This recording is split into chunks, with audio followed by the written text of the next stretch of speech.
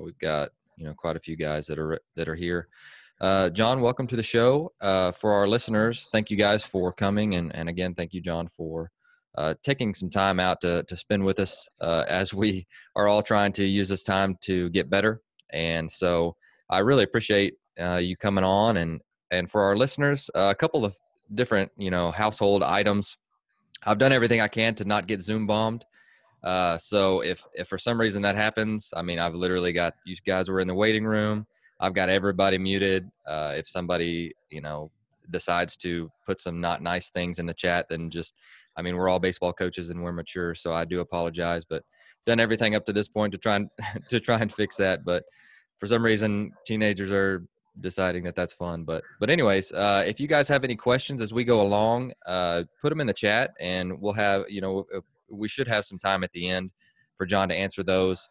And if time permitting, we'll try and get to as many as we can. We'll probably wait till the end of the show, or if it seems to come up, while we're talking, I may shoot it at you, John. But other than that, thanks for being on the show. Thanks for joining us. And Pete, your brother, thanks for putting us in touch. I really appreciate it. Pete's one of my favorite baseball people on the planet. And so again, long story short, welcome to the show. Thanks. I really appreciate it. Thanks for having me, and welcome everybody. It's great to be a part of something like this. And I'm different, obviously, than anyone else, just trying to get better and learn and hear different ways to do things. And it's great being with you. Well, thank you. Thank you. Well, for our listeners who, want to get to know you a little bit better, can you kind of walk through how you got to UCLA and just a short snapshot of just your baseball background and why you decided to get into coaching? Well, just a real quick snapshot. I mean, I'm from Reno, Nevada. I grew up in Reno and was drafted out of high school with the Yankees and decided to go to Santa Clara and played there a couple years and was drafted by the Reds, played very, very short with the Reds, played independent ball after that, got into coaching at Reno High School, not for my brother, but for Jim Pace, who's now the athletic director there. And then I was very fortunate to get hooked on as a undergraduate assistant with Gary Powers at University of Nevada in 1991. He evolved into being a full-time assistant in Nevada, had some great years there, went to USC. Very, very fortunate to be with Mike Gillespie, one of the greatest coaches we've ever seen. Spent 4 years with him, and then got the opportunity to be the head coach at UC Irvine in 2000. And was there for 4 years. Had a great time at UC Irvine, starting a program and developing a roster and a staff and a stadium and you name it. It was the same time kind of the Diamondbacks and the Devil Rays, were forming. So we got some ideas from them. And then I've been at UCLA for 16 years. So, like anybody else, it's a journey and a progression, and just been very fortunate to be with so many great players and coaches along the way. And now I'm at UCLA for my 16th year. I love that. And I was doing some background on you, and I don't think was John Wooden around very much whenever you started coaching? I know that he was basically done coaching himself, but I'm sure he was around mentoring and just, wanting to be around everybody. Did you get a chance to meet with him? And if you did, tell us a little bit about it. Well, I did. I was very fortunate that they took me out to Encino and had breakfast at his favorite spot. And, you can only, crazy that was and how excited I was and to meet with a living legend, really. And, he loved baseball. Coach Wooden loved baseball. Baseball, he told me, it was his favorite sport. I've heard that. And he just talked about, being yourself. That was a big message to me. Was just, you've been around a lot of good coaches. You've formed your identity, but at the end of the day, your best version is yourself. And I cherish those moments. Went to a gathering up at a donor house one night with him and Joe Torre and Mike Scioscia and Vin Scully and John Wood. And they all spoke, and it was like, quite an impressive group of people. And just Coach Wooden, just, everything that he stood for, the fact that he was at UCLA, how many people that he helped along the way, coaches, and that included Sosha and Tori and those guys. And it was just a full circle, really experience. And that I was fortunate to meet Coach Wooden and really what he stood for. Well, that's wonderful. And I think reading back or thinking back, I think he was a high school baseball coach at one point in time. I think he coached like 3 sports, but that's really neat that he told you that baseball was his favorite sport. And another thing that I don't want to say challenge, but another, well, maybe a small challenge is you're a guy with a pitching background that is now a head coach, and it's kind of a tough balance because being in my spring training for the first time ever this spring, obviously, well, it was cut short a little bit, but just noticing the divide between guys that are just pitchers, for their entire career now, and once they get to college, they're the same way. Because in high school, I was a high school coach and psychology teacher before this, and it was a big mix of everybody, and everybody was in the same. We didn't have very many guys that just pitched, so they were integrated in everything. And then whenever they get to college, it kind of splits, and then in pro ball, it's the same thing. And so how has that dynamic been? And I'm sure there are a lot of listeners who have a pitching background that are head coaches that are like, I can't stand in a bullpen all day. I've got to be able to run practice. But you've obviously found a great balance to be able to do that. So can you give them any advice? Well, I think you just have to really trust your staff. You really have to trust your preparation. You have to be very organized. Practice planning, game planning, scouting report planning, organization with player development, obviously, in terms of practice. It's just so important that, you're present on wherever you're at. You're in the hitting cage. You're watching guys before practice, and then you may go over to the bullpen and work with a guy. You just have to be very, very organized. You have to have very good people around. And then the players need to know certainly what the expectations of practice are and really what the objectives and so forth. But I think pitching is, arguably the most important part of the game. I think good pitching and good catching will determine a lot of times how good your team is at the end of the day. I mean, there's so many other components, obviously, but, it's a big aspect of it. And I only have, we all have some strengths and we have our weaknesses. And one of my strengths, I feel, is on the pitching side. So I really don't want to lose that. And I've seen coaches make mistakes of giving their strength away and so forth. And then all of a sudden they're not really in charge of anything. So it's been a very good balance at UCLA. I've learned from a lot of guys that have done it. There's coaches that we've, we coached against. George Horton be one of them. I mean, he was one of the premier guys at that. And there's been a lot of guys, but I think it's at the end of the day, it's pure organization, it's communication, and certainly, the whole team concept is your number one priority. But post-practice, pre-practice, bullpens, like I said, you can't be in 3 spots at one time. It's just really important that you slow it down a little bit. And, I think you can manage it. And, it's, been one of our go-tos, really. No, I love that answer. And I'm sure, again, that's a tough balance to have too. And so whenever you do have, obviously an outstanding pitching coach like you do now, whenever you're going through the hiring process, do you say, hey, this is what we want to do? And if this kind of fits with what, you believe in, then obviously, that would be a good hire. Because I think, a lot of head coaches, they hire a pitching guy and they just like, hey, just go, do your thing. And so again, that's another dynamic because you want them to have some autonomy, I'm sure, but you also have your style of play and your brand that you're looking at from a holistic perspective. So is that kind of where, am I, on the right track here? Well, you definitely have to have a pulse on everything that goes on in your program. I mean, you have to know the terminology of each segment. You need to know, the progression of each player, where they're at, so you don't interfere with that. Nothing's worse than a head coach bopping into a drill and disrupting it. I think that's something that you need to keep in mind. You need to really understand that where that player is in terms of his development. You need to make sure that each.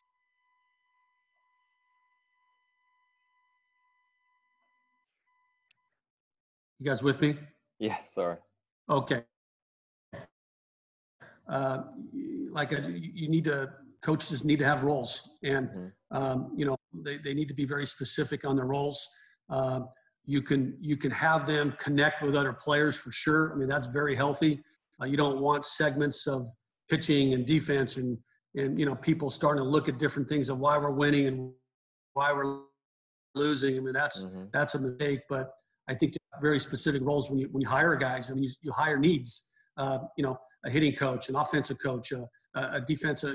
Where's his strength on defense? Is it outfield play? Is it infield play?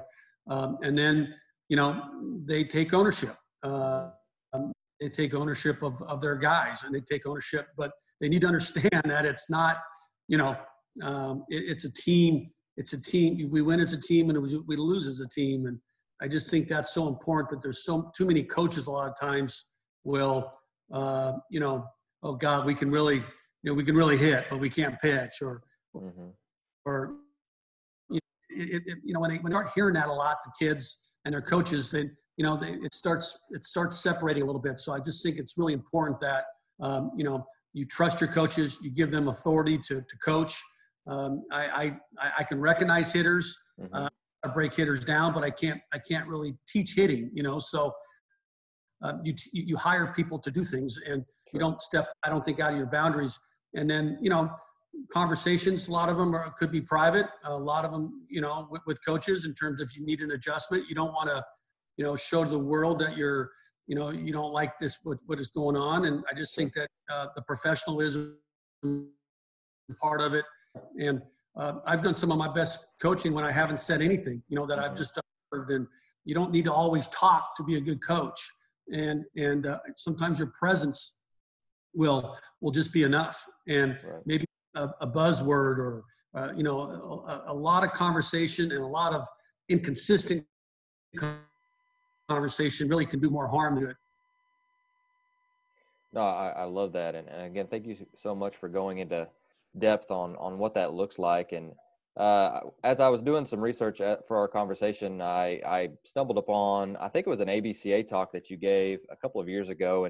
And you talked about having a brand and a style of play that you guys truly believe in. And I think that anybody that watches you can kind of see that. And you guys are pitch and play defense. And you said that you guys work fast and you're really tough with 2 strikes. Can you kind of walk us through? So again, for us listening, after seeing you and your maturation and your team process throughout the last couple of years, now that I've heard that, I'm like, yeah, that is UCLA baseball. That is the brand. But how did you come up with that? And then how do you instill that on a daily basis? Well, it takes time to get good. And there's, you can have the same program in different teams. So different teams could have different personalities, and there's different strengths. So I think, we always want to be a championship look. We want our clubhouse to have a championship look. We want our stretching lines to have a championship look. We want our base running drills to have a championship look. And it's not an act. It's not a staged, it's real. It's really who we are. And I think the more you can teach guys, to be part of that culture. I just think it's that internal leadership that I always talk about within the players. I mean, any good teams have really good leaders.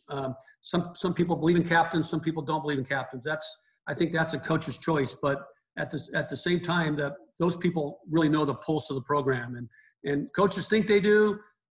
They want to have pulses, but at the same time, I think the players, and particularly the guys who've been in the program as Bruins for 3 or 4 years, they know to lead the way. And I think if you teach consistently, I think if you know how to respond to adversity. They see that. All of a sudden, they start acting not like you, but they start responding like you. And I think it molds the culture. And like I said, anything good takes time. And there's things that come up. And it's just so important that they know the principles of the program. Everybody's talking about process. We don't talk about process that much. It's more about standards and principles and objectives and so forth. I think that's been really good.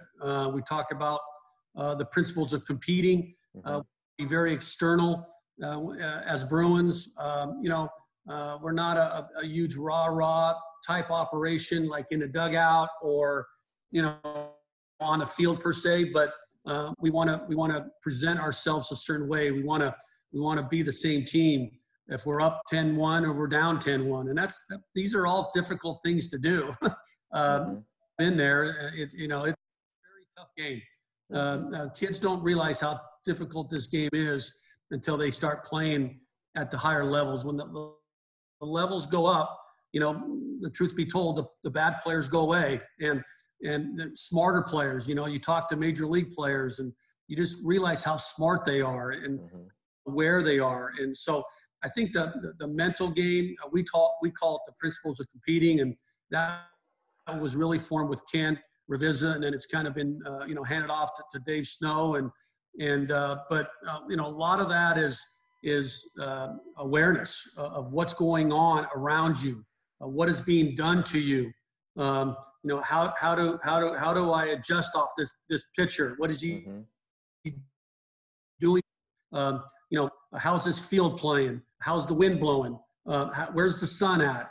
Those are all got to be like part of your game. You're not concerned about the sun. You're not concerned about the umpires, but you have to have a certain brand, in your program that, I think you have to work on individuals first before the team. You got to get to know them. You got to really get to know, what is their best motivation, how to motivate them, how to communicate with them, different terminologies. You got to have 3 or 4 different things to say one thing. You just can't cookie cut everybody and same delivery and same hitting stance, and it just doesn't work that way. So you just have to build a culture, with practice, with team meetings, with individual workouts, and then having your staff being on the same page. Loyalty and trust with the staff is the number one component of a good team. If you don't have that, it's really hard to form because this game is so difficult that it's going to go sideways, and then all of a sudden you get finger pointing and so forth. So this all takes time, but it's all about people. It's all about communicating, and it's about forming these young players. And a lot of it, how were they coached before? I know, Coach Ozella, I think we've had some unbelievable players from Hart High School just because they know how to act. They know how to listen. They know how to compete. So it does help knowing where they come from. But, we've had to change a lot of guys, throughout our careers, just like everybody on this call. But, you can change guys and you can form guys into your culture. And like I said, it's fun to be a part of that. And, it changes from year to year. Players move on. We want players to move on. We want players to be professionals, after 3 years. We want them to be, their own corporation, I guess you would say, after they become professionals. But being part of a team and you go to the major leagues, they're teams. The teams that are winning world championships are real teams. And, the Nationals were a great example of that. So, winning a world championship and an NCAA championship, I don't think is a whole lot different. I mean, a lot of the ingredients are the same. It's not about one guy or one superstar or 6 superstars that kind of do their own thing. It's really it's an individual game a lot of ways. It's a confrontational game in a lot of ways. but within a team framework. And that's what like Coach Ward always says, you signed up for a team. You signed up for a team game. It's not tennis. It's not golf. It's not swimming. This is a team game, but you got to have the necessities to be able to fight one-on-one. It's just that type of game. That's what makes this game so great. Well, I got so much there to unpack. I think that's fantastic. And one thing that I want to get to, and I'm jotting down notes as we go here, because I think that you left us a ton of different nuggets just in that, that 10-minute talk there. But tell us a little bit about, what does championship behavior look like? Like you talked about, you want everything to look like a champion would do. Now, is that something that you preach on a daily basis? That's just like, hey, what would a champion do here? Because I think it's not like you're asking them to go 5 for 5 with 5 bombs, right? Yeah. But it's like, okay, you just struck out.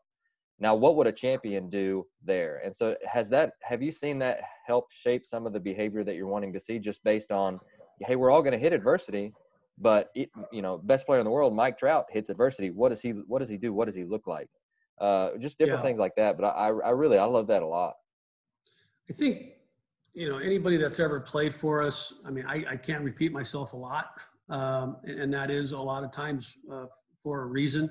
I am a pretty simple guy when it comes to, messages and ways. But we do. We talk to them consistently day in and day out. We make things very competitive. We do change things up, but there are some basic parts of practice, base running and team defense and team offense and, different approaches that day in batting practice. Obviously they vary, but I just think consistency is at the end of the day, this game, everybody's watching all these MLB network games and Bob Gibson and Vida Blue and Goose Gossage and all these guys and George Brett and all these games. And it's really fun to watch some of these games, but the game, it hasn't changed.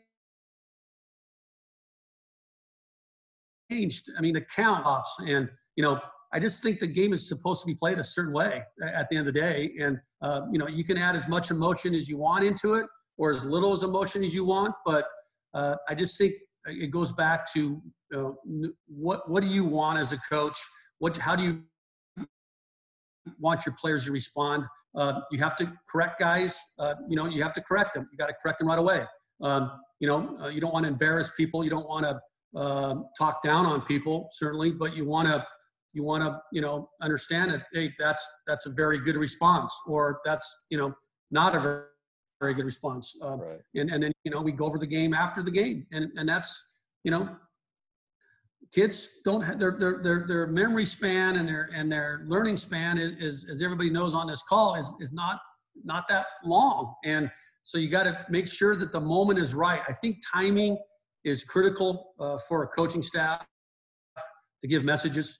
There's sometimes, you're ready to pull your hair out and you know what, let's talk about this tomorrow. I think timing is essential for coaches and, for player development. You don't want to confuse players on what they're doing. If they're having success, you want to keep on building success. You don't want to get in the way of, I've seen guys have success and you talk about it too much and then they don't have success and quickly. I mean, this game, this game can flip on you in a hurry. And it's just so important that each day, an opportunity to get better and know there's going to be adversity. And then make sure you're handling adversity the way you want, not only as a staff and as players. Sometimes you have to correct your staff. We don't really want to say that, at that time, or maybe we can say it a different way. So you're constantly working with people, helping people. One of our main criteria of our culture is helping. Everybody matters. I mean, we've had bullpen catchers be as the guy hitting third on our teams. I mean, he has formed the mentality of that bullpen. He has formed that starting pitcher before the game. He's helped that guy. I mean, it goes to trainers, it goes to managers, it goes to all our analytical people, it goes to our groundskeeper. Everybody matters on a team. And as soon as you start just focusing on your best player and his needs, and you're not focusing on, everybody can fall into that rut sometimes. And I just think it's so important that, hey, we have 33 guys this year. We didn't even have the maximum 35 guys, and I loved it. We loved it. And one of them was really a bullpen. One of the reasons why we started off so good. So you just don't know where that strength's going to come from on that team. And I think, and I learned this from Ken and Snowman, is just the readiness of players. They need to be ready when they're called on. And that's the mistake. Misery loves company, right? I mean, everybody has heard that saying. And, you get one sad player. Nobody's allowed to be sad. Players can get sad. And I mean, when I mean sad, I mean, head down and so forth. So we want to walk with a sense of confidence. We want to get on the field. We want to look the same. We want to, look the same somewhat in terms of our uniform look and so in terms of a team game.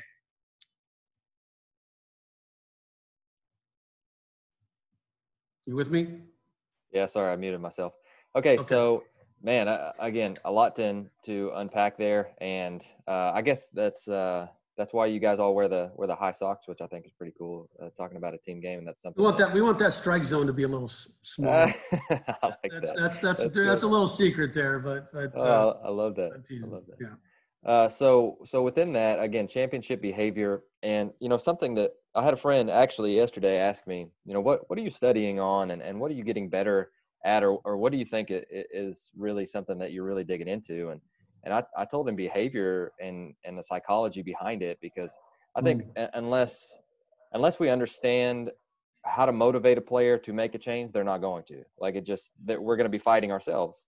And so it sounds like that's something that you've been able to do, which is it's not easy, and it takes a lot longer than we usually want. But what are some different approaches that you've taken for guys who, whether that be a change in mechanics, or whether that you feel like this guy just hasn't bought into the Bruin way?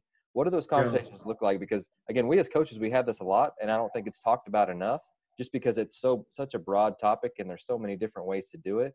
But, I mean, at the end of the day, like you said, it's an individual game, but a collective effort to win a championship. And they signed up for a team.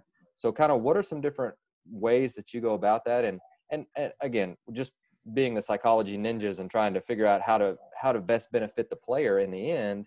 I mean, it's not an easy thing to do, but give us your best advice.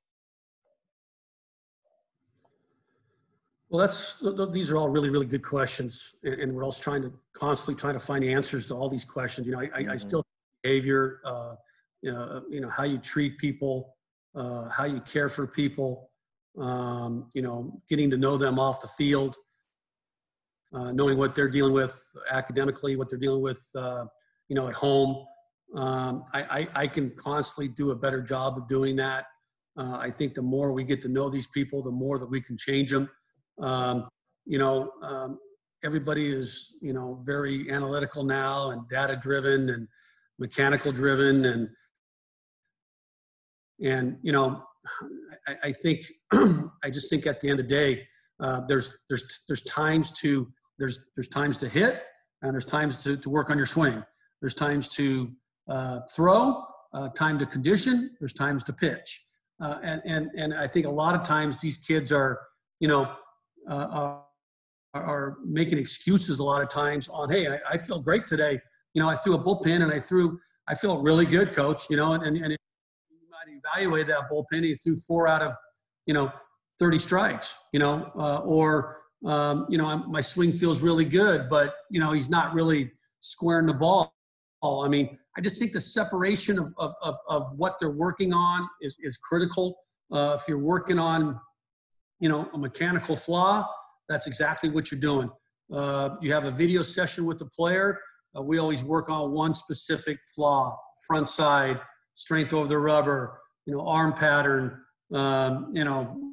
landing spot, platform, extension, whatever. I mean, I think you have to be very specific don't give them a whole lot to think about. That's why, and Snowman really brought it to our, excuse me, the principles of competing, and, we don't talk about mental game.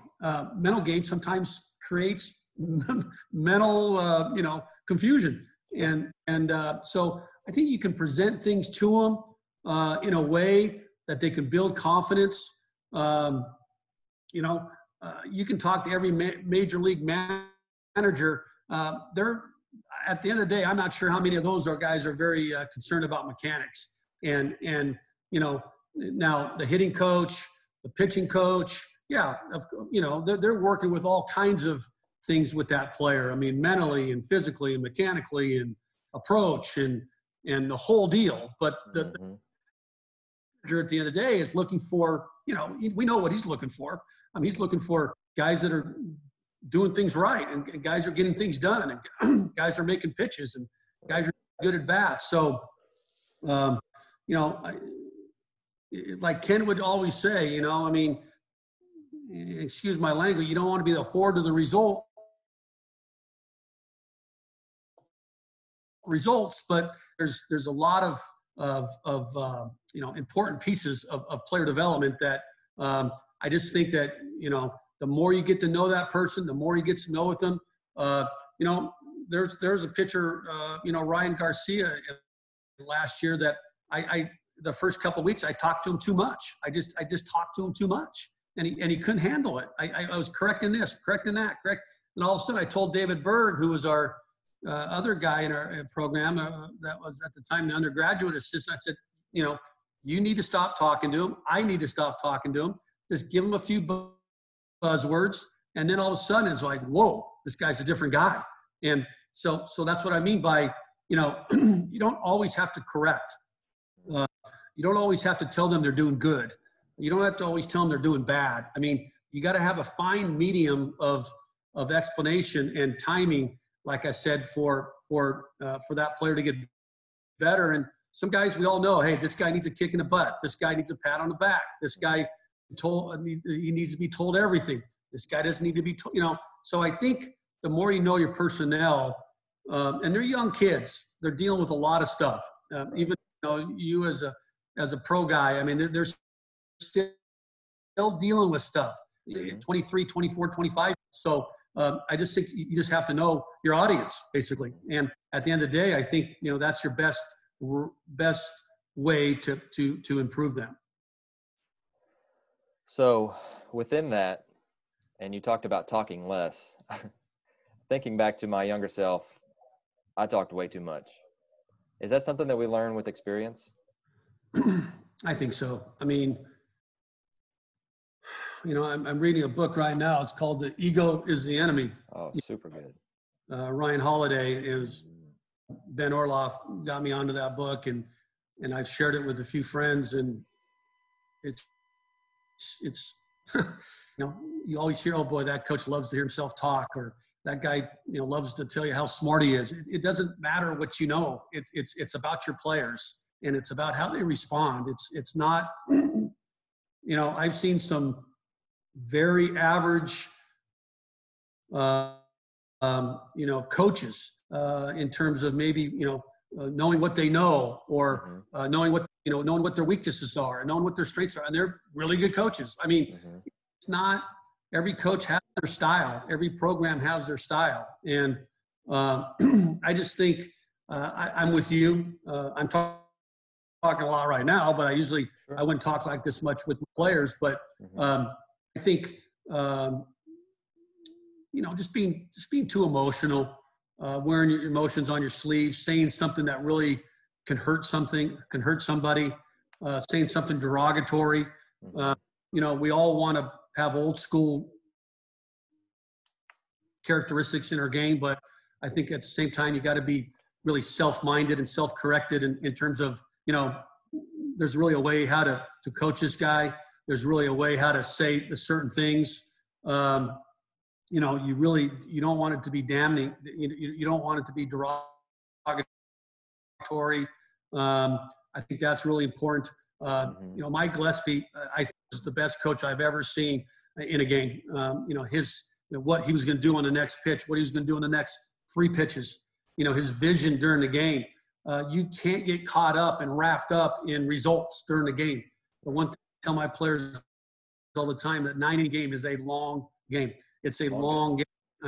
And it's so important that, you take blows throughout the game. You're taking blows and how you're responding. And guys have struck out 3 times, and here they are up in the 9th inning. Can they have a good at bat to win the game? I mean, how many games can present that way to you, Right. So it's, like you said, I've learned a lot. I still need to learn a lot. I've learned from all different sources, from non-baseball people, from baseball people, psychologists, coaches from different sports, different ways to do things. And then, like you said, you have to culminate into your philosophy. But I think we all look back and say, oh God, I cannot believe I, responded that way or I should say reacted that way when I was younger. And I talked way too much, and a 20-pitch bullpen took an hour and 10 minutes because, right. Session took, 30 swings took hour and 5. And it's just, you need flow in this game. You want momentum in this game. You want rhythm. This is a rhythm type game. And you're trying to create leverage. This is an odds game. I mean, you want leverage, but you may not have leverage. You may have 2 strikes. Have 2 strikes. How are we going to hit with 2 strikes? How are we going to survive with 2 strikes? Maybe I am 1-2. Okay. I mean, I remember with Garrett Cole. Garrett Cole had a really tough time in his younger age pitching with 2 strikes. He had a tough time putting guys away, especially when we're watching Bauer putting everybody away with 2 strikes. And had a really tough time, and then he's evolved into, obviously, Garrett Cole. But, everybody's clock is a little different. Every player's clock is a little different. It happens quicker than others, and then sometimes, you're waiting, and unfortunately in your world, guys get released when they don't are seen to be a contributor to the organization, but a prospect. But I just think a high school coach and a JC coach and certainly a college coach, you have time. I mean, 4 years is ample time to develop a player. And we had players that really haven't been very productive till their senior year. It's frustrating. I mean, very frustrating. I mean, put them in that NP, that non-prospect, non-player bucket, and then they kind of come out of it sometimes. And we've had guys that were almost on the floor and they come back up and have big years. And you got to give people chances. And if they're doing the right thing and they're shown to you that they're doing the right thing, then I think at the end of the day, that opportunity can come around and they can dig themselves out of that hole. Well, and right in line with that, you guys do a really good job of recruiting, and you've got guys that are, every guy that you get is a really good high school player that has been, the apple of their parents' eye their entire lives, and they've been told how good they are, which sometimes we need as baseball players, right? Because friggin' beats us down. But they also step onto campus and go, dang, this other guy at shortstop's pretty freaking good, right? Yeah. Or you've got like Trevor Bauer and Garrett Cole at the same time, and they're both there and working with each other and also competing against each other. But say you've got like 2 shortstops, one of them's going to play and the other one may have to play a different position. So you're going to have these talks every year, I'm assuming, with playing time. So how do you do that? Because we'll have role players. In high school, we had guys that were like the last guy off the bench, and we didn't want them to get frustrated. I mean, there's so many different dynamics, but that's one thing that no matter the sport, it stays the same, because unless we're batting 2 or 3 hole and playing shortstop center field every day, then we're not going to be happy with our role. And even if we are, then we want to go up a level, right? And so what does that conversation sound like to you? And through your years of wisdom, have you found an effective way to make sure those guys are still bought into the Bruin way, but also that that they're frustrated and you want them to be, because you want them to be competing and playing every day, but they're just not quite there yet? Yeah, well, I think the one thing that we always can use now, the example of major League Baseball. There's so much utility. There's so much guys moving around, infielders playing outfield, outfielders coming in. Who would ever think Max Muncy would be playing second base for the LA Dodgers? I don't think he ever thought that when he was Baylor.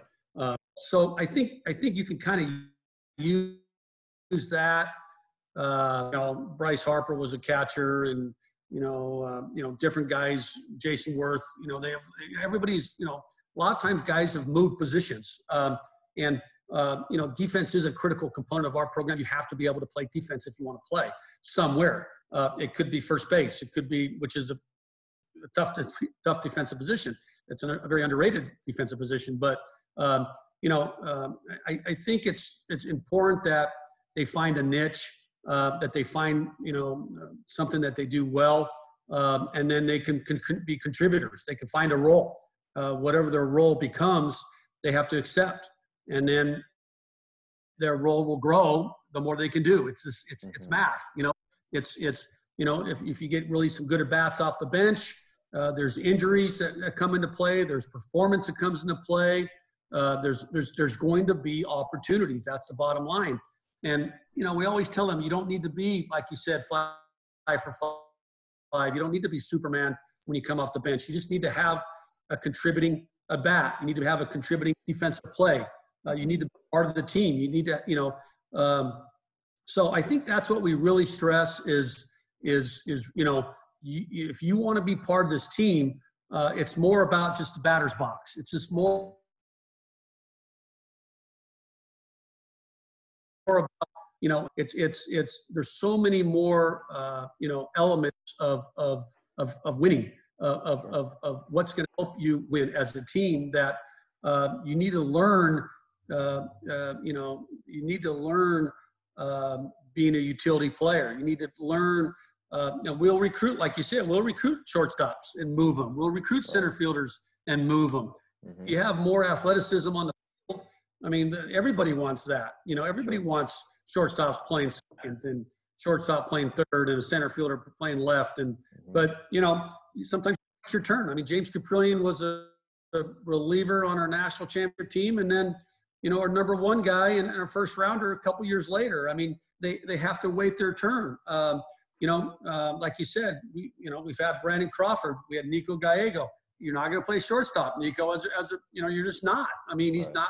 Crawford's not moving for now. Now he could get hurt.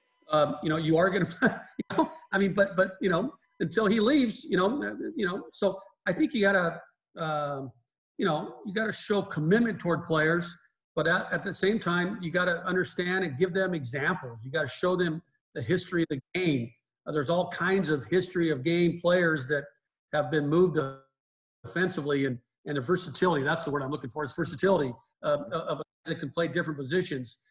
Catchers, everybody's had 2 good catchers. Now, what do you do with them? You DH one, you play one at first, you want to play at third, play him in left. You find opportunities, you find matchups. I think matchups are a big deal. Look at everyday left-handed hitters in the major leagues. There's not a lot of them because a lot of them can't hit left-handed pitching. You do, then you become one. Some right-handers clearly can't hit right-handed pitchers. So, there's all kinds of different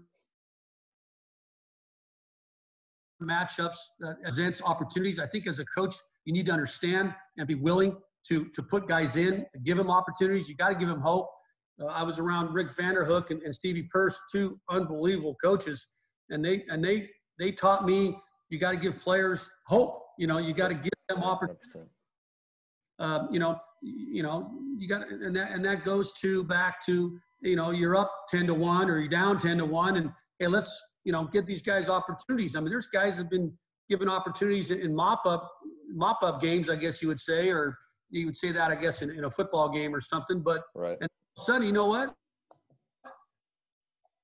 Those bats are pretty good. Let's give that guy more opportunity. So it's not where you start. It's really where you finish and where you evolve. And Ken always taught us that in terms of, he always gave us examples of guys in the Omaha World Series back in the day with Fullerton, guys that never played in the first 20 games, didn't even travel, that ended up being contributors, and I just think that it's a long game. It's a long season, and you got to make sure that you give people opportunities. And what you think your strength is may not be your strength. I mean, people talked about our pitching this year. One of our strengths on this year's team, without question, was our offense. And I told Ben Overloff that there. I mean, we had a really good offense, a sneaky good offense. And, people are kind of talking about it, but it's pitching. And I'm like, hey, man, one of our strengths without question was offense. So you don't really know identity of your team until you start playing other people. You don't really know what you have until you play other people, how they're going to respond to the game. Some guys' pulse may be exactly what you need in a game. I think at the end of the day, I think just that well-rounded player, the more well-rounded that player is, and you got to tell them that, the more opportunities you're going to get. Defensive replacement, pinch runner, pinch hitter, left on left, 7th inning guy, 8th inning guy. We try to establish roles so they know what to expect, and we always tell them that the better you do, then obviously your role expands. Well, and I'm sure you can attest to this. It happens every year. Like there's always a guy who outgrows their role, and then they're looking at us going, "Yeah, you guys are idiots for not seeing this." And you're like, "Oh, okay, yeah. Okay." Look at World Series championships. There's always Steve Pierce, done things at the highest level. Howie Kendrick. I mean, those are real professionals. I mean, not downplaying those guys at all, but I mean, those guys, they popped up in Dave Roberts stolen base, with the Red Sox. Mm-hmm. I mean, that was one of the biggest plays in the history of the game and the history of that World Series, obviously. So I don't know what's going to trigger a game and what type of play or what type of response, and that's what makes this game so great. Oh, I love that.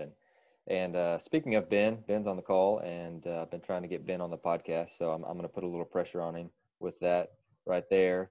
And also, so you mentioned lefty-lefty matchups. Now, I played with Dean Espy. Dean and I were close for a long time, and now he's doing well in the golf world.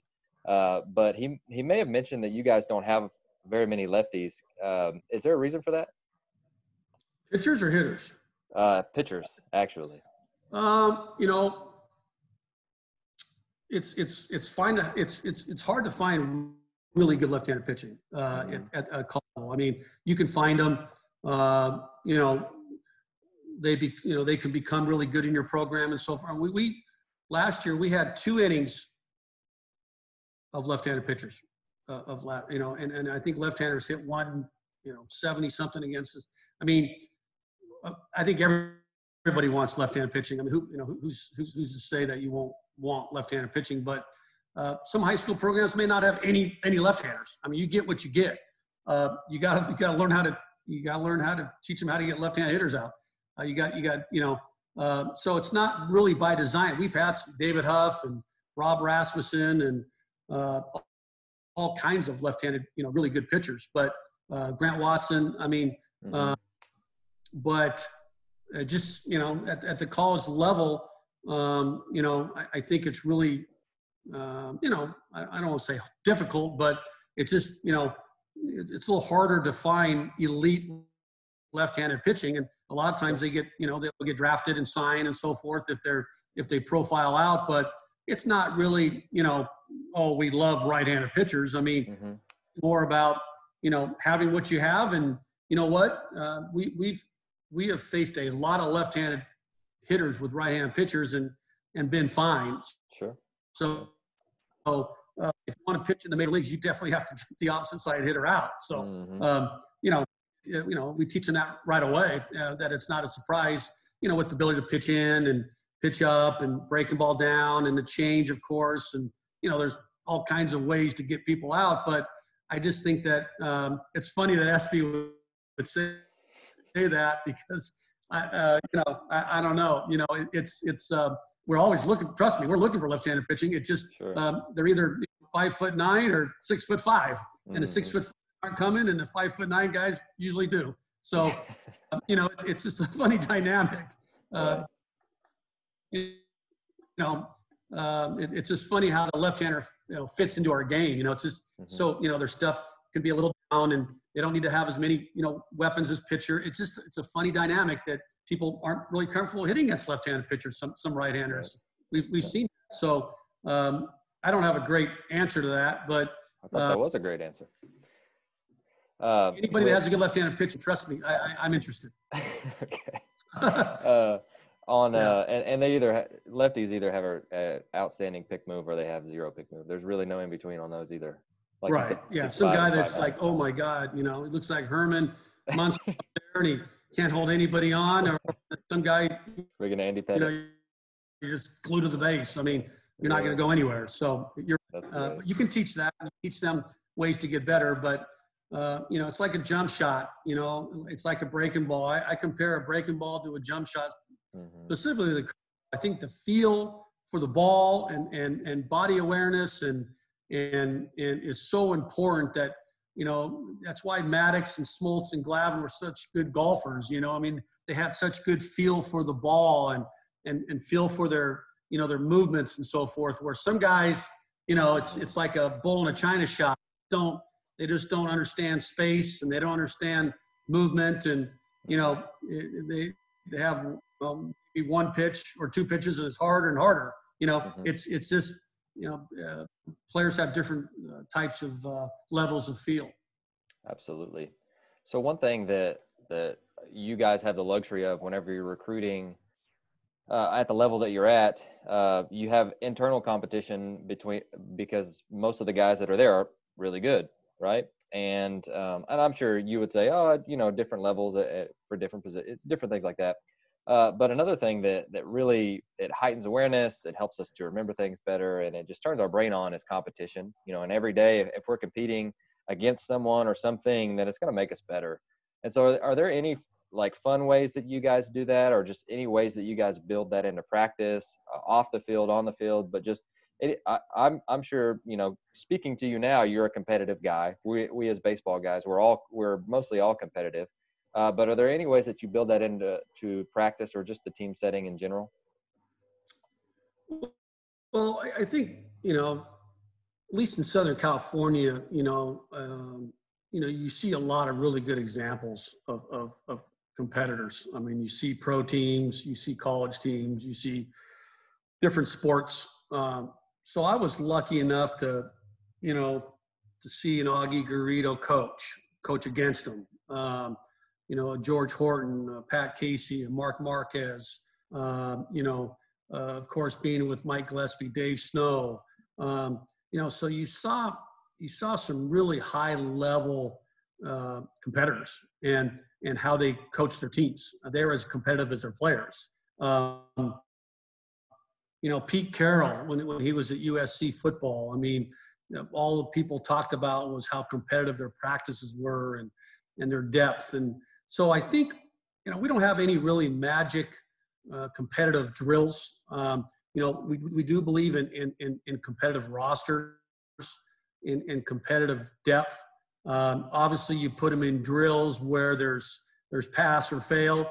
Either there's, good grades or bad grades of execution. Of course, all sorts of team offensive situations, some team defensive drills, point systems. Absolutely, you put them in some sort of competitive atmosphere to where they fail and they fail in front of their whole team. And how does that player, how does he respond? What's the next ground ball look like? What's the next at bat look like? So I think the competitiveness part is so critical. And I talk about the principles of competing. I talk about principles of competing here, and some of the things I would say would be, pitch to pitch, task to task, 100% of what you have requires self-awareness, a recognition, refocus, self-discipline. You don't have control over what goes on around you, only how you respond to it. Attitude is a decision. Trust your preparation. Adversity is an opportunity to show your character. Be external. Me first you, us first them. Think positive, think confident, act big. those are energy outward, play with an edge. I mean, those are all characteristics of competition, but it can't be fake. It can't. It can't only be when you're comfortable. It can't be only at home. It can't only be when you're up. It can't only be when you're 2 for 2 and you feel pretty good about it. And I got my 2 hits for the day, and my day's done. So I just think that you get competitive kids, you put them into a competitive environment, a competitive drill, and then you can form them in terms of really how you want them to respond. And like I said, we don't have any sort of magic answer by no means, but I really think, and I use Coach Ward as an example. He's a very, very good coach, as Coach Peters and Coach Gallego are. And so, we will get competitive in inter squads. I can feel it. I felt that with Coach Vanderhook and Coach Purse, and that builds your awareness of, oh boy, they're taking advantage of this low leg. They're taking advantage, this guy can't hit a breaking ball, or we're taking advantage of this guy. We try to do enough to where we can expose a player's weakness within the groundwork of, they know I got to get better at that, and I think, and that'd be kind of on the, not the negative side, but just more on the reality side, is really what they need to work on, and we're exposing it. I've always said on the West Coast, and no disrespect to anybody on the West Coast, you just, your holes get exposed so quickly. Your running game, or your catching game, or your defense, or your short game, or your short game defense, or your outfield play, or your infield play. I mean, everything needs to be, everything needs to have high attention to it. So I just think it's so valuable that you understand, competition within practice, competition in the weight room, of course. Your strength coach is also, hearing this. They're competing in the weight room. They're competing in drills, movement drills, conditioning drills. I think that's all healthy at the end of the day. I mean, like I said, I don't have 3 or 4 pillars of that, but I just think, you build it each and every day. They start getting the picture pretty clear. I love that. And I love that you threw in the kind of fake tough guy reference, the guy who's always up or always down. And that's not competitiveness. I believe that competitiveness is just being disciplined all the time, or as often as we can in those moments. And so you guys have done a great job of recruiting, and you've got guys that are really good. And you've also got guys who have not, we talked about playing time earlier, but you'll have guys that go through prolonged slumps, and you've got guys who are just maybe not ready, or just this is the first time they've ever failed in their entire life. And that conversation is tough, but I'm sure you have that every year, because again, these guys have not really failed at an amateur level their entire lives. For the most part, they've been really successful. So what does that look like? And, what advice would you give us who, whenever we come across that player? Cause I think we all have either at least one of those guys a year where they get to a level, or they get to a spot in their life where it's just like, it's tough, right? It's tough on the field, and then that affects everything else. But how do you approach that? Well, I think just explaining that, everybody has their strengths, everybody has their weaknesses, everybody has to get better. The quicker you can know efficiencies, either as a coach or even as certainly as a player, like we're talking about, the better you are. I mean, you don't want to be, now as a coach, your job is to put that player in the best possible position to succeed. I mean, I've had players where I've ran from their breaking ball. I've ran from, you got to put hitters in matchup situations. So I think it's just so important that you put players, and it's hard. I mean, it's a lot easier to say this on a Zoom meeting to put a guy in a best possible position to succeed. I think it's about approach. I think, you talk about the mental game. We call it a different game, but just working on that aspect as much as the physical part of it, that will help them. But there again, I think every major leaguer, you work with professionals, I mean, they all have their deficiencies, and the more mature they are, the more disciplined they are, the more they know how to handle those weaknesses, and they know how to work on them. You don't want to overdo it in terms of just completely focus on your weakness. I mean, that's a mistake. You really want to focus on your strengths, which you do very well, but at the same time, you may be dealing with this pitcher that presents, this guy's not my, that's the one thing I love about major league hitters is, hey man, if it's Phil Niekro up there, or Jamie Moyer, or Roger Clemens, I mean, they respect that person on his trade, on how he can get that guy out. Mm-hmm. So I deal with that guy. I don't think guys are looking back and saying, dude, come on, throw me a fastball, you know what? I mean, yeah. Those days, I mean, if you're saying that, you're not a very good baseball player. I mean, what is being done to you?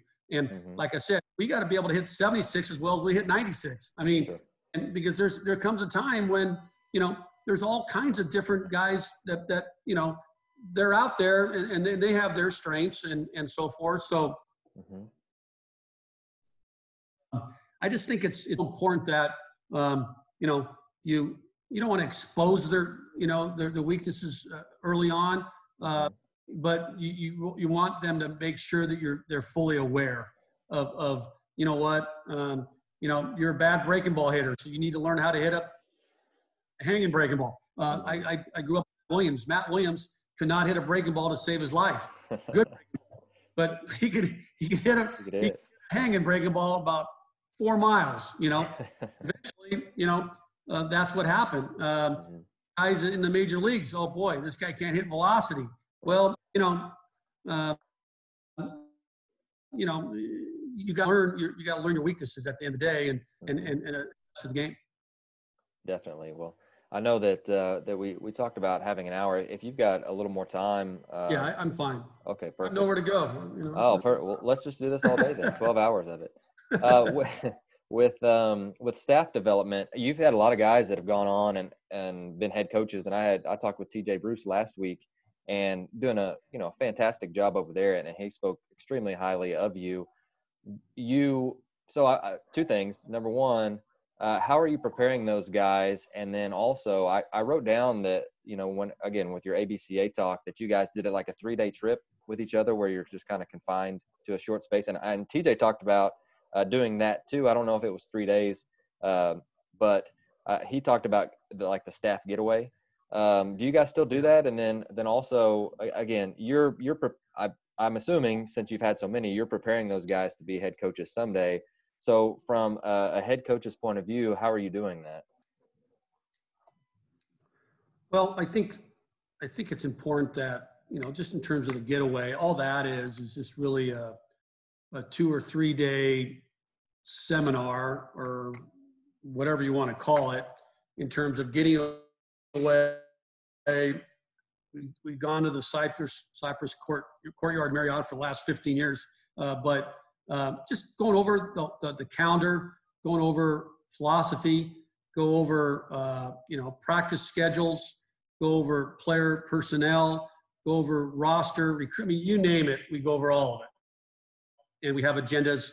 Monday we're doing all this from 9 to 5, and 9 to 5 on Tuesday, and maybe 9 to 1 on Wednesday or something. And all that is just organization. It's just an organization piece of roles on a staff.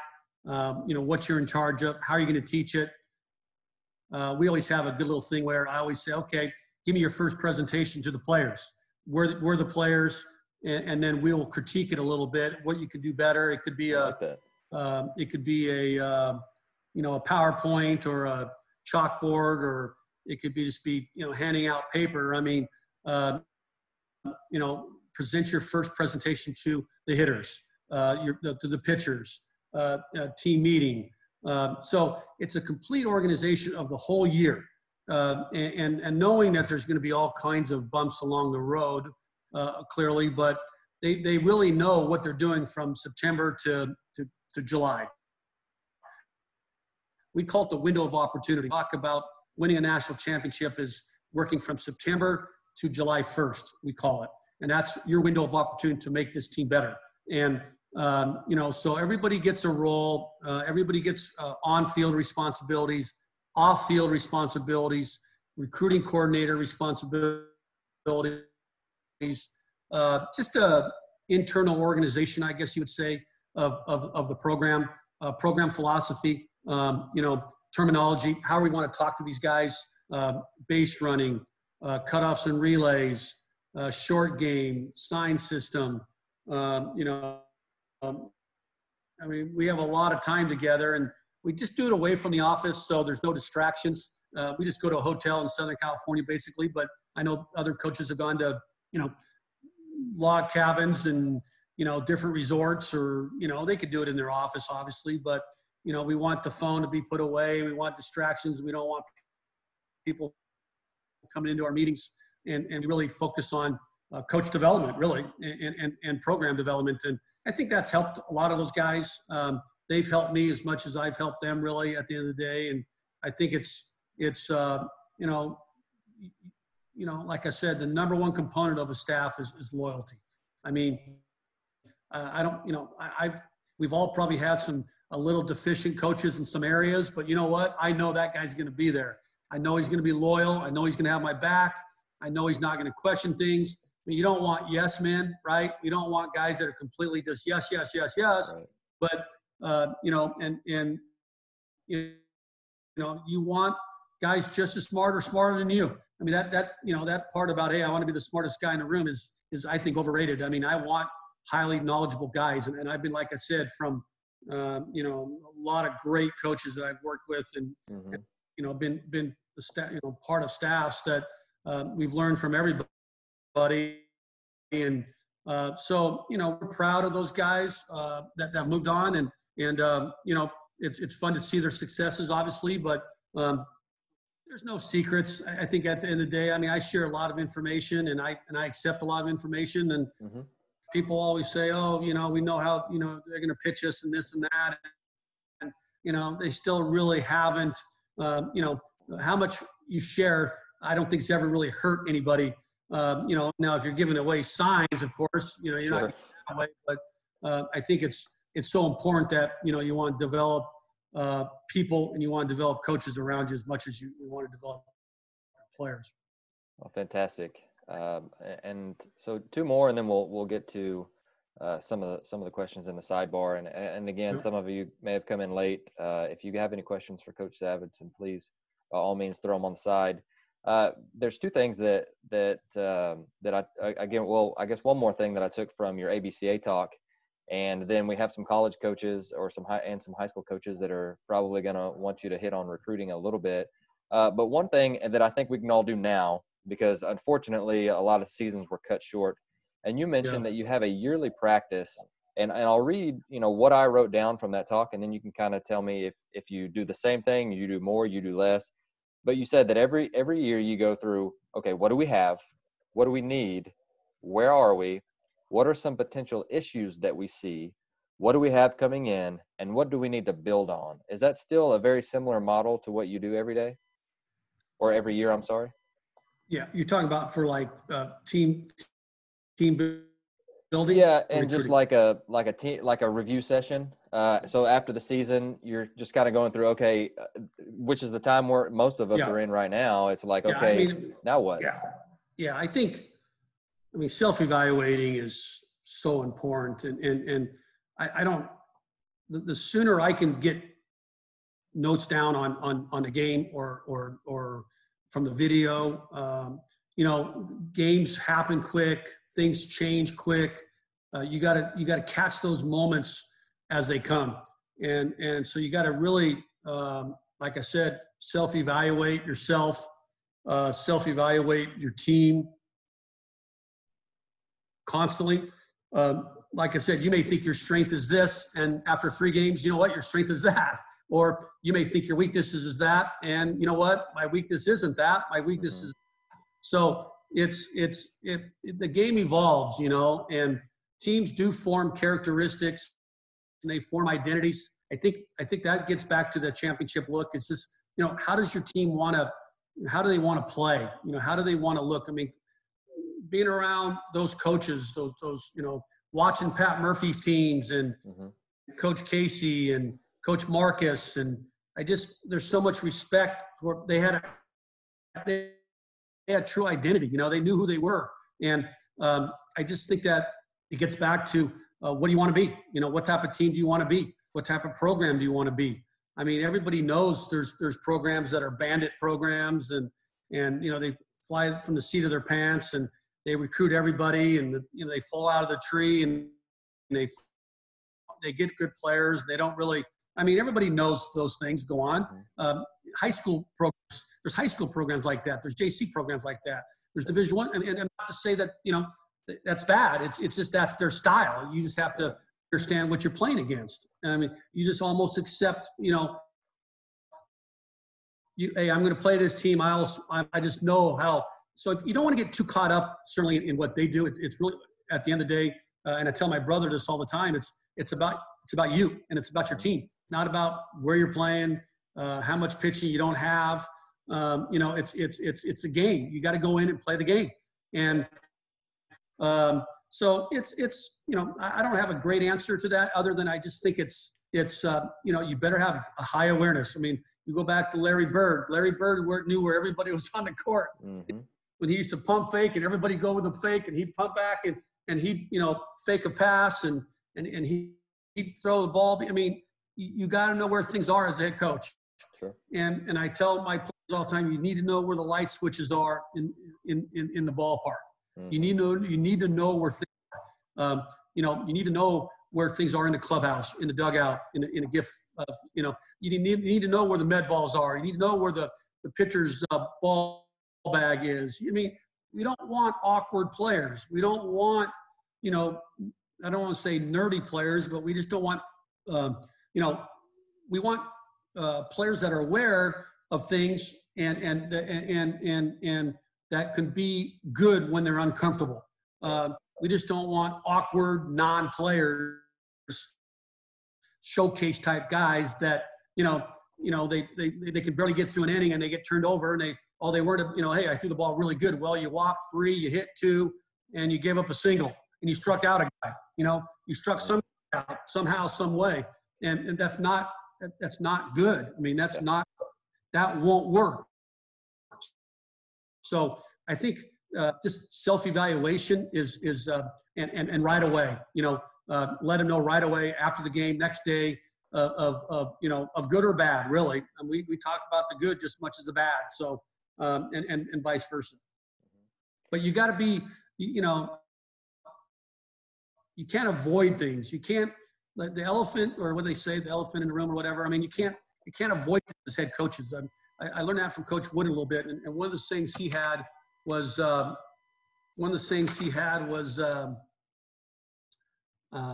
see here. The principles are fundamental truth, serves as a foundation for our system of belief and behavior. You know, so we talk about honesty. We talk about truth. You have to be very honest with your players. I think at the end of the day, they'll respect you much more than if you're beating around the bush and you're not really giving them, you know, what they need to hear, good or bad. And Sure. And the other thing is, on that is, I always tell my players and my coaches, you can't take things personal. If you're taking things personal, you can really find yourself in a rut. Find yourself, you know, talking to players about coaches, or talking to coaches about coaches, and talking to your wife about how, you know, you don't like this guy. And it's just not a positive winning culture is when people are questioning each other, or people are, you know, oh, he's picking on me. And that goes back to the player that's sad, you know. I mean, Coach Gillespie was one of the greatest coaches I've ever been on, but he could be hard on players, and you know, you had to deal with it. I mean, you knew hard on you if you did something really stupid. And he'd call you out. It wasn't like he would run away from it, and he'd make a point of it. And that player a lot of times would never, do that thing again. And we're talking about stupid things, We're talking about, a physical error or whatever. We're just talking about behavior patterns, really. And so I think that's just a big part of right away recognition of good or bad. I love that. So you're out recruiting and you hear that a player, pretty good. You've gotten some feelers in California, I'm sure, that will tell you one way or another. So is there anything that you're like, okay, I want to be able to see this. Like I want to be able to see them go through some adversity just to make sure that they can play for us, or I want to see them, be a leader on the field. Just because we can all recognize talent, right? And sure. You get the luxury of being able to pick a lot of talented guys and say that there's two that are really talented and they're right even with each other. What do you look for that sets them apart to be a Bruin? Yeah, that's a good question. I always say you never know what you have until you get it. That's unfortunately, that's why they call it the draft, right? The draft thinks they have this thing, and then 3 years later, he clearly is not what he's clearly not what they was. You just have to do as much homework as you possibly can with what you trust, people that are going to be honest with you. How's that person treat his parents? How does he treat his teammates? How does he play with nobody in the stands? How does he practice? How does he train? His academic resume, his transcript. Is he a high test, low grade guy? Is he lazy? Is he, there's all sorts of barometers, I guess, and characteristics that you could see that are red flags. And you can't ignore those. And it's easy to ignore those if the player's really good, right? It's if the player's really good and this guy's been kicked off this team and he's been suspended here and boy, the coaches really don't. Those are the tough ones. We don't want misfits. We don't want guys that will interrupt the flow of the program. We don't want disruptors. We don't want guys that are gonna I think every program, especially a college program, needs to understand fit and needs to understand needs. I really need this position. I need these. We need to add depth to this position. What type of fit is this guy? I'll be honest. A guy can walk in my office, and being in the UC system now for 20 years at Irvine and UCLA, I have a decent feel if this guy is a fit or not after an hour conversation with his family or by himself or his mom or dad or uncle or brother or whatever. So I think you have to do your homework other than just what you see on the field. There's just so much more. How does he respond from failure? How's he, is he playing differently when he knows you're there or when he doesn't know you're there? It's not about on and off the field. And, that's all fine and good. But I think at the end of the day is really, what type of character does this guy have? And what type, lasting power does this guy have? This guy built for the long haul, or is this guy built, not only projection-wise, body-wise, but mentality-wise? And those are hard ones. I think again, like you said, in California, there's people that we clearly trust and go to, and then unfortunately, there's some guys you don't quite believe or trust, and you don't quite, everybody's good, right? Or and then you get those coaches that are bad. You have to look at that too. So I just think that you have to get to know them as much as you possibly can off the field. Projection, right? Body growth, projection. Everybody, everybody likes, it's a pretty girl, right? Let's we can recognize talent, like you said. Is Garrett Cole's fastball or Trevor Bauer's breaking ball or Garrett Mitchell's speed. Okay, everybody in the room can really figure that one out pretty quick. But how does this guy fit your program? And then you may have to really overhaul guys. You may have to, when you get in, you may have to overhaul their mentality. You may have to overhaul. I mean, I'm still dealing with a couple guys that are very selfish. They're very selfish. They're the last one to help. They're always looking around to see who's going to help before them. And that's the part that you want to undo and untie that make them a Bruin. But the recruiting aspect is fascinating. You can look at, excuse me, you can look in Southern California alone, and they come from everywhere. They come from Division 6, Division 5, Division 3, NCAA, junior college, Division 2.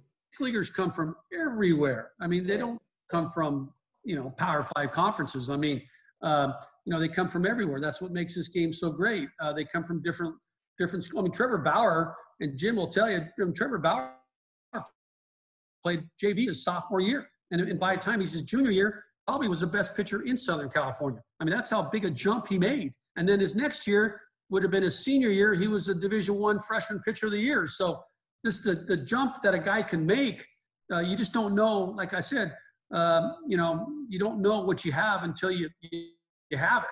And a lot of that is the makeup aspect of it. You may know physically, and even boy, I thought this guy threw harder. I thought this guy breaking ball was better. Boy, I thought this guy would move better. I thought he'd run better. I thought he would have a little more power. I mean, there's always something that that player may present or not present that but a lot of his strength. A lot of them have to get stronger. We all know that. That's not a some of them naturally get stronger. Some of them need the weight room more than others. Some can fall out of bed and hit. Some can't fall out of bed and hit. Every makeup's a little different. And that's what makes this game so fascinating. That if you look at our national championship, you look at around the field, and boy, you kind of shake your head at some of those positions. And like, what they played, they played at a different level because of their environment. They played at a different level because of their people around them.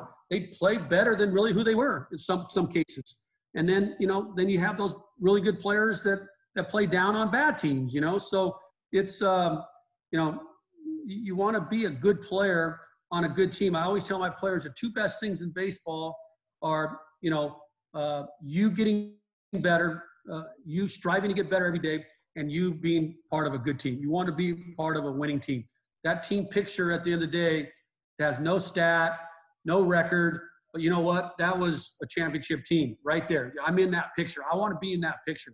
And I think at the end of the day, that's a pretty valuable lesson that they can learn. Well, I think if you had a mic, you could drop it right there. Great answer to a very complex question, just because there's so many different layers that go into that. Yeah. A couple questions from the sidebar. So Steve Roof wants to know, and Steve's a fantastic high school baseball coach as well, but he wants to know what you learned from your brother Pete, who is one of the top high school coaches in the country. Yeah. Well, I mean, I've learned everything from my brothers, Len and Pete, but Pete has just taught me humility. He's taught me, ego. Don't get full of yourself. He's taught me, how to communicate with people, how to listen to people. He's just, I mean, I can't. That answer, can go on and on the rest of the day. We grew up together. We were in the same room. We talked baseball. We listened to games. We talked baseball cards. I mean, we grew up. That's all we did was baseball and then basketball and then football. It was baseball, and it just taught me to become a better family man, a better person, a better coach. I can just go on and on, but if you want to talk about an unbelievable coach, you look at him. The he's produced, the program he's produced. All you got to do is listen to him talk about culture and talk about player development and practice planning. I mean, he's listened to everybody imaginable. He's listened to them all. He's listened to Tim Corbin 15 times. He's listened to, Eric Backage 10 times. I mean, he's listened to, it goes back to Gary Ward, and it goes back to Mike Gillespie. I mean, he's a gathering guy of information, and can't say no, man. I would love to have him be my high school coach. He puts those guys through a regimen that those guys are fully prepared to move on. They grow up as people, and I just he's one of my unbelievable mentors, and I look up to him very much. Absolutely. Former guest on the show as well. So for those listening who want a little more insight into him and what he's done and what he continues to do, definitely encourage you to check that out. Another question is, how do you prepare players on bridging the gap of eliminating the noise outside of just game experience? So maybe expectations or just pressure or different things like that. I'm assuming that's where Richard is going. So how do you help them just to focus on what they need to focus on? Did you guys lose me? Are you there? No, we see you. You see me? Yeah. Hold on here. Okay. Well, hey, the one thing about Los Angeles, if you want distractions, you have them. I mean, that's the one thing that the one thing that talking about hitting coaches, pitching coaches, scouts, agents, advisors, beach, Lakers, Clippers, Dodgers, you name it, there's distractions.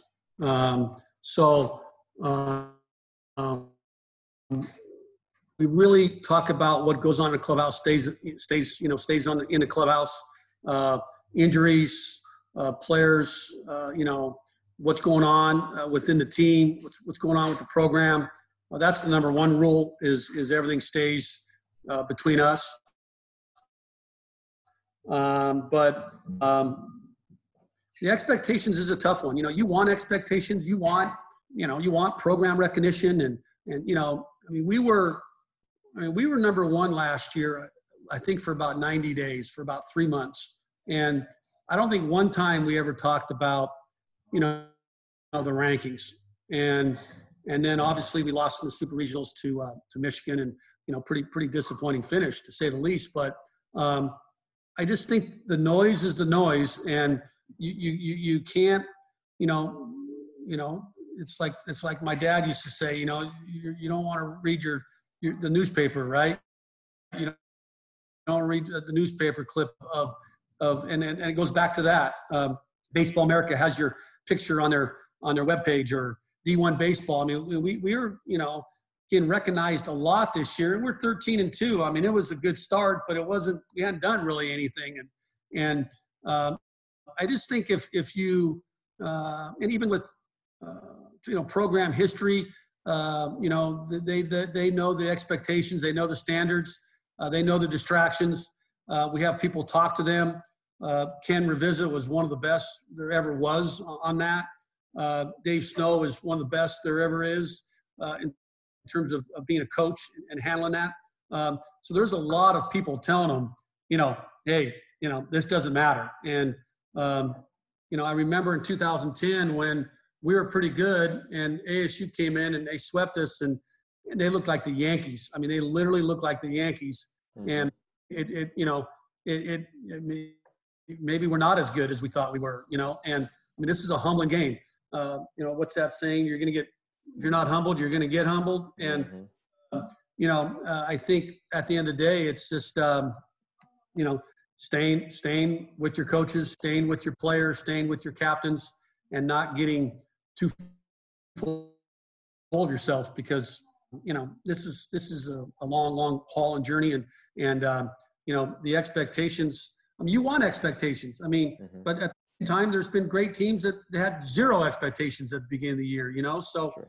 You can play that card a little bit too, obviously. So I just think that you got to make sure that, it's like the question asked is you got to be certain of keeping keeping those other voices out of your system.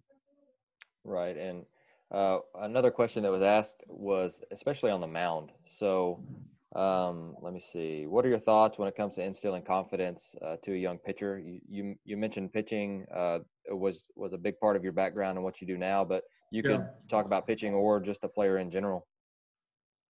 Well, I just think again, you have to really put that player in the best possible position to succeed. Know what he does. I mean, if you're going to call pitches, you better be seeing every bullpen. You better be putting that pitcher in every count situation you possibly can. What can he throw 3-2? What can he throw 0-0? What can he throw 1-2? You know, what can he throw when he's backwards other than a fastball? Knowing your players, you know, is the best recipe for developer. Delivery. You know, does that delivery look right? Is the ball coming out on time?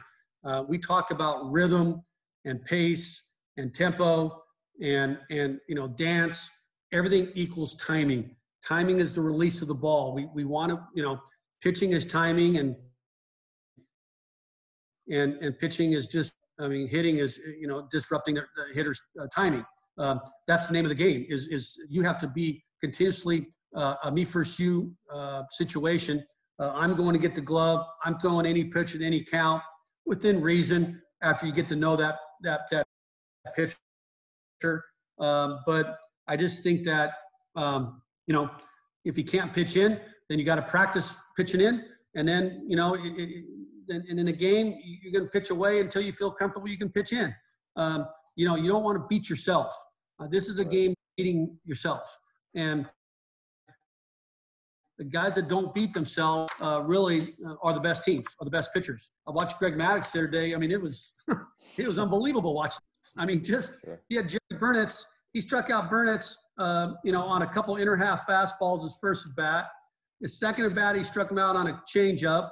His third at bat, he struck him out on a fastball away from him. The fourth at bat, he struck him out on a chase. You're talking about, oh my God, you're talking about, dissecting a hitter of a guy that can do so many different things as a pitcher.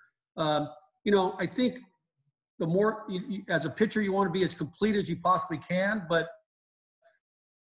you got to go fight the fight what you have. And I think, if it's 2 pitches, if it's 3 pitches, if it's one side of the plate, whatever it may be, I think you got to instill confidence. That guy has to feel good about himself. And then, nothing's worse than a pitcher. You've seen high school pitchers or even college pitchers, 1, 2, 3, 1, 2, third inning, guy gets on an error and then all hell breaks loose, right? And he's out of the stretch and, you got to be just as good in the stretch as you are in the windup. I know that's an old saying, but it's so important. I went to go see Greg Maddux one day at Dodger Stadium at the very end of his career, and he threw like 70% of his pitches out of the stretch in Dodger Stadium warming up. And Mike Maddux one day, hey, why does your brother do that? And he goes, well, he knows that every tough pitch he's going to have to make is going to be out of the stretch. It's somewhat common sense, and that's an old adage, of course, an old saying, but it holds true. And I just think that, you want to get him complete, but at the same time, you don't want to give him too much. I love that. Well, Coach, I've actually got a meeting at 12, and I know that we've taken a ton of your time, but I really appreciate the insight. I love being able to have some guys listen to it and for you to be able to answer some questions. But I'm going to give you an open mic. Is there anything else that you'd like to tell us, to tell future listeners? Just anything else that you want to talk about today? Well, I just, again, I just want to give credit to, Coach Gillespie and really what he did for me and my family. I think he's listening today. And we're with him 100%. Ken Ravizza is another guy that had so much impact on people in every sport, Olympics, you name it. I think it's important that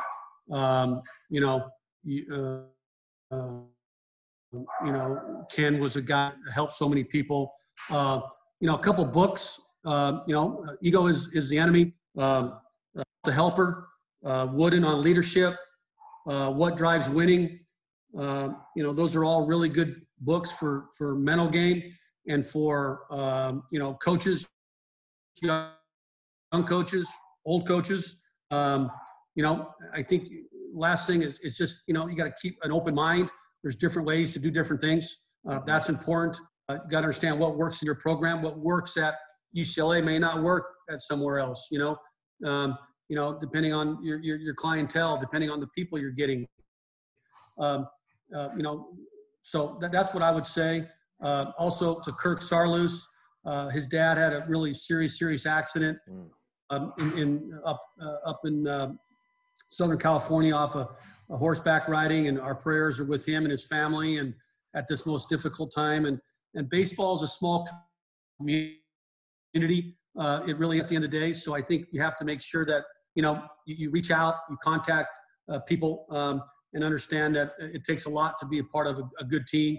And at the end of the day, it's we're all in this thing, fighting this, what's going on now, obviously together, but we back to, competing against each other.